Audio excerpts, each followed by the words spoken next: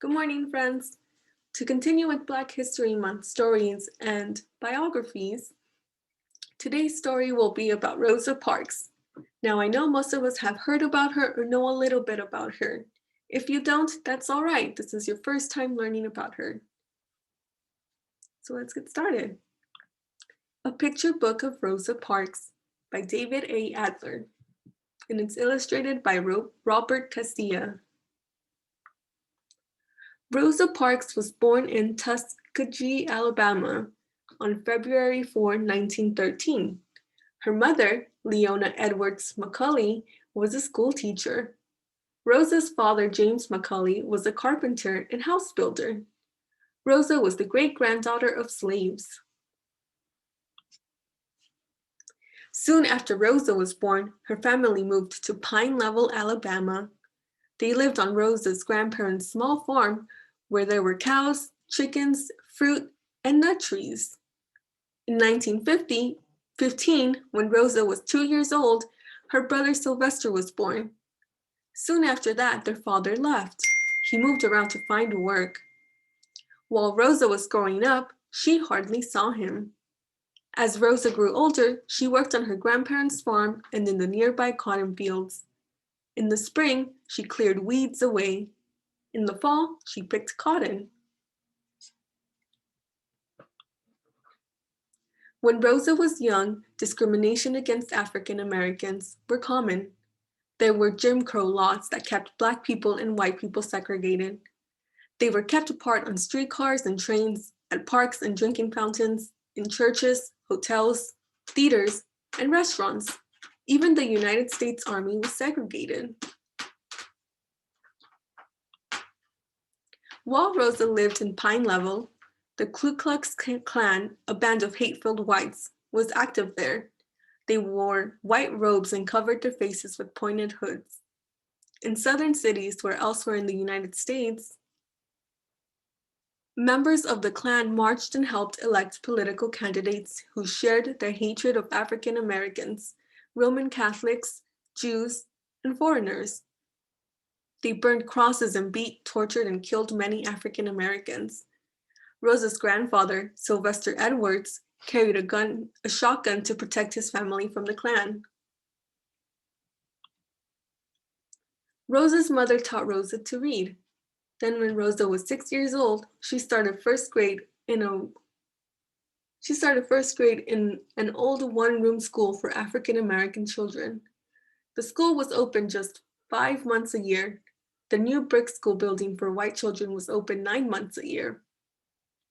School for Black children in Pine Level stopped after 6th grade, so in 1924, Rosa continued her studies in Montgomery, Alabama.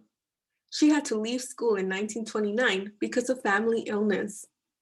She took care of her sick grandmother, and then she cared for her mother when she was sick too. Rosa finished high school in 1933. In 1931, Rosa met Raymond Parks, a barber and a man active in the struggle for the rights of African Americans. Rosa was proud that he spoke up for what was right. Rosa and Raymond were married in December 1932 in her mother's home in Pine Level. In the early 1940s, Rosa joined the NAACP, the National Association for the Advancement of Colored People, an organization that works to end the unfair treatment of African Americans and others. Raymond Parks had been a member for many years. Soon after Rosa joined, she was elected secretary of the Montgomery branch of the association. Buses in Montgomery were a daily reminder that the city was segregated. African Americans were allowed only to sit in the back, or some buses they entered through the front door, paid the fare, and were told to leave the bus and go in through the back door. Sometimes, before they could get on again, the driver drove away. One day in 1943, Rosa got on the front of the crowded bus and paid the fare. The driver, James Blake, told her to get off the bus and use the back door. Rosa told him she was already on the bus. She didn't see the need to get off. And besides that, she didn't think she could enter through the back door. It was blocked by the many people standing there. But Rosa got off. She didn't get on again. She waited for the next bus. 12 years later, on Thursday, December 1st, 1955, Rosa Parks met James Blake again. Rosa was coming home from her work as a tailor's assistant at a Montgomery department store. She got on the Cleveland Avenue bus and took a seat in the middle section. African Americans were allowed to sit in the back and in the middle section too, as long as no white passengers were left standing. At the next stop, some white passengers got on, and because the bus was crowded, moved to the middle section where Rosa was sitting. The driver told the 4 African American passengers in Rosa's row to get up. 3 of them did, but not Rosa Parks. She had paid the same fare as the white passengers.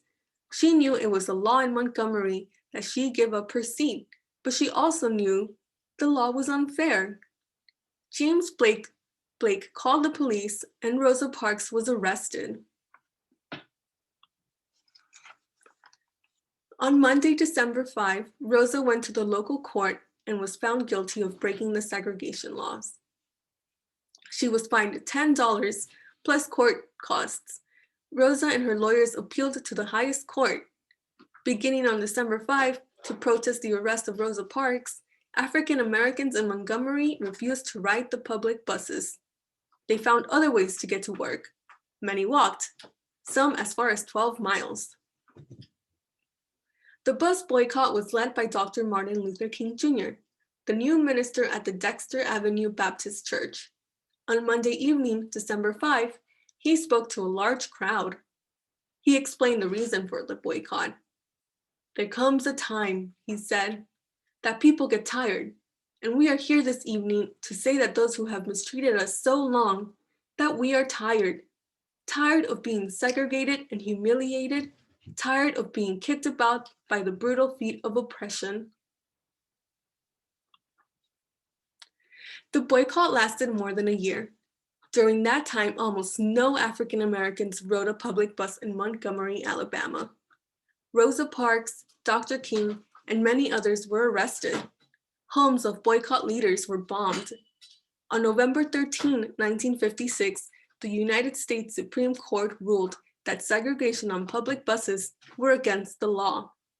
On December 21, after the court order reached Montgomery, the boycott ended. News reporters came to talk to Rosa Parks and to photograph her sitting on the bus again.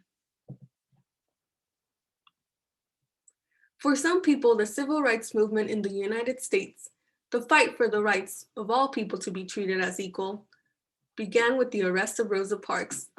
For many others, it began 1 year earlier.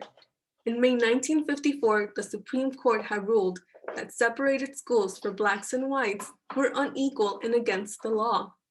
But while schools and buses in the United States could no longer be segregated, there was still much discrimination against African Americans. Rosa Parks went to many demonstrations and civil rights marches. Rosa Parks received threatening phone calls. Her family worried about her safety. In 1957, Rosa and Raymond Parks left Montgomery with Rosa's mother and moved to Detroit, Michigan, where Rosa's brother Sylvester lived. In 1965, Rosa began working in the Detroit office of John Conyers, a member of the United States House of Representatives. She did a lot of good work in that office, including helping poor people find homes. She retired in 1988. The late 1970s were difficult years for Rosa Parks. In 1977, after a long illness, her husband died. Her brother died a short while later. And in 1979, Rosa's mother died too. In 1987, Rosa founded the Rosa and Raymond Parks Institute for Self-Development to give young people hope and to help them complete their education. Rosa Parks has been called the mother of the civil rights movement. The movement brought many needed changes in the United States.